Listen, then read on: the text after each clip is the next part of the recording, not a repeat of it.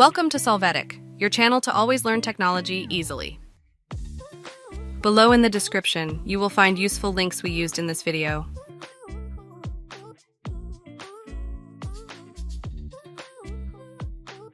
Today in Solvetic, we will see how to insert row in Word. To start, open your Word document. When you do, look at the table that you currently have available.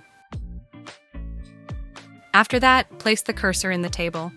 You will right-click, and from the Insert option, you can choose where you will add the row, be it on the above or below.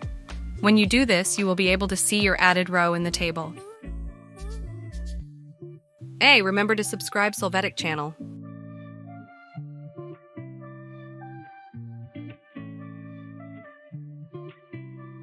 We hope it has been helpful for you.